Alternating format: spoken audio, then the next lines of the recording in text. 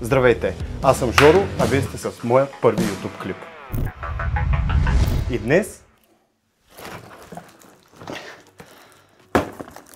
ще разопаковаме това. От супер много време се каня да направя YouTube канал. Започваме с карта с памет, четец за карта с памет. Няма кога ги разопаковаме тях. Този канал няма да има фотографски, видеографски ревюта или нещо подобно, технически. По-скоро ще бъде влог канал, като в този канал мисля да качвам всякакви неща, от анбоксинг до всякакви преживявания, които ми се случват, пътувания, различни тип влогове. Може да правим някакви предизвикателства. Една от идеите ми за самия канал, супер много се запалих да скачам на въже. Вдъхнових се от Даян Колев, поръчах си въже и смятам в този канал да снимам прогреса си. Все още не знам, мисля да е на епизоди всяка седмица, т.е. един епизод да съдържа тренировките ми от цяла седмица. Всичко ще бъде заснето, съответно да следя своя прогрес, както и да го споделя с вас. Може да давате някакви идеи. Друг, който имам като идея, да се свързвам с някакви студенти по журналистика, да им помагам с заснемането на техни материали за дипломна работа или нещо подобно, да обикаляме села, да откриваме някакви интересни хора, да разказваме тяхните истории, като документален филм, като интервю, всякакви различни неща. Не мисля да ангажирам никого с някакви тежки технически неща, поне за сега. Мисля да е, просто казано, айляшки канал. Мисля да започвам с самото разопаковане. Първо с обектива. Получих ги тези неща днес преди около 5 часа и наистина нямам търпение, понеже исках да заснема това видео. Ще започна с обектива. Само накратко, от супер много време искам да си закупя точно тази камера с този обектив. Допълнително съм поръчал кейдж на самата камера, 2 допълнителни батерии и зарядно, но за съжаление фотосинтезис ги нямат налични. Чак съм развълнуван, от много години искам да започна да правя видеа за YouTube, като някакси все съм отлагал във времето или съм си намирал само оправдания. Сега с получаването на тази техника мога да разширя възможностите и нещата, които мога да снимам. А само да вметна, че видеото няма никакъв сценарий, просто свободна форма на разговор. Та да, много ще се радвам в коментари, някакви съвети, нещо да променя в моето студио съм в момента, което все още никой не знае за него. Може да направя студио тур, нещо интересно, да разкажа какви решения съм взел, да направя, да позиционирам някакви неща и някакви хитринки с окабеляването, че там е... Нека да започнем с разопаковането на обектива. Това е Tamron 1770 на твърда бленда 2.8. Честно казано, не съм използвал този обектив. Инструкции. Не съм го използвал, но съм гледал доста видеа. Не само в комбинация с тази камера, но и с много други. Ето така. Доста е тежичък. Реално очаквах да е доста по-лек, ако трябва да съм честен. Я да видим бебето. Ето, това представлява самият обектив. Капачка, стъклото. Имаме и сенник, който няма да слиза от него. Но очаквах да е доста по-лек.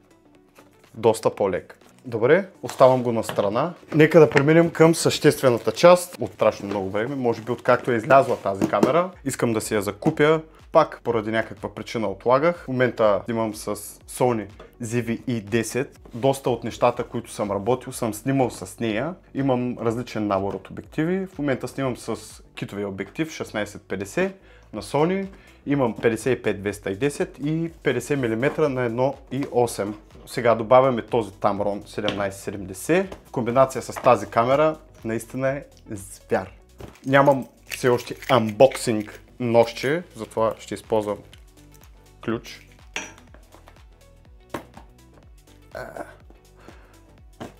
По принцип много мразя да се късат самите опаковки или етикети. Искам всичко да е запазено, понеже е техника и някой ден мога да реша да я продам и да я, ако реша да я продам, просто да бъде в най-добър оригинален вид. А и аз, честно казвам, съм човек, който доста си пази нещата и успях. Ето така, това представлява кутията. Камерата е Sony FX30, ако някой не е забелязал. Тази камера е Cinema Line на Sony, базов и стартов модел за започване на снимане на видеа. В никакъв случай видеото не е ревю, по-скоро да се представя пред вас и да направя анбоксинг. Забравих смисълта, брат. Кутията съдържа кабел за зареждане. В момента съм малко супер гето сетъп. Тук е празно. Тук е камерата, която е също не е толкова лека, колкото си я представях. Батерия. Да, батерия, тъй като не е NPF W50. Това е NPF Z100 батерия, която е доста по-голяма от другите. Само че мисля, че трябва да е това. Адаптор. Адаптор с кабели. Защо? Къде е? Няма адаптор за кабели. Така или иначе съм пълен с адаптори, просто ще използвам някой друг.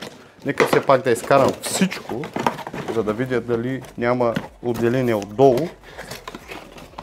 Аз, казвайки, ще запазя кутията в най-добър вид. И нека видим вече камерата, като това ще е моята абсолютно първа реакция. Не съм я виждал на живо. Виждал съм много десетки клипове, стотици дори. За пръв път така през самата опаковка я държа и е доста удобна. И нека да я видим. Доста по-тежка е реално, отколкото си представях. Възможно е да поглеждам нагоре от време на време, тъй като имам включен монитор, на който следя кадъра и дали всичко е наред с записа. Ето това представлява самата камера. Ето така да я покажем. Дисплеят е Flip Out. Може да се завърта навсякъде. Камерата е с вградено охлаждане, с магнезиев корпус, пълноформатен HDMI, което е страхотно. Мисля да изложа обектива, да видим как ще изглежда в конфигурация.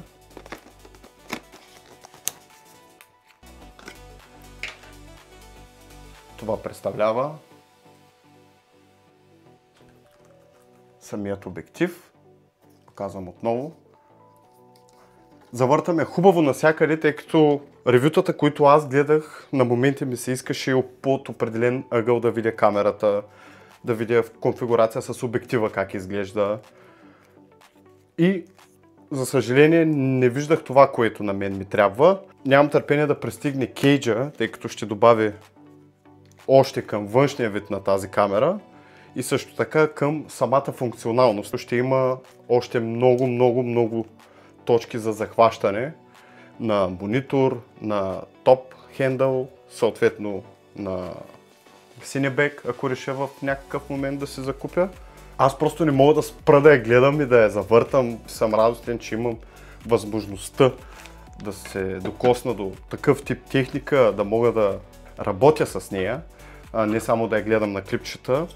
Това мисля да е първото видео, съответно да се представя, да покажа новата техника. Ще очаквам от вас да изпращате вашите коментари и идеи какво може да правим като предизвикателства, но да бъдат интересни, а не от типа на изяш една лъжица канела и такива.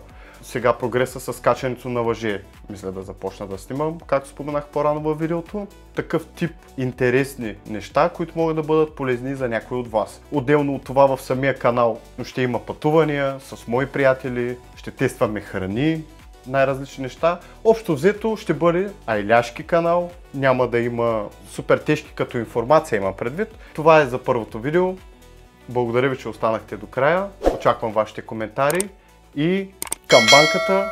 Не забравяйте да се абонирате и чао!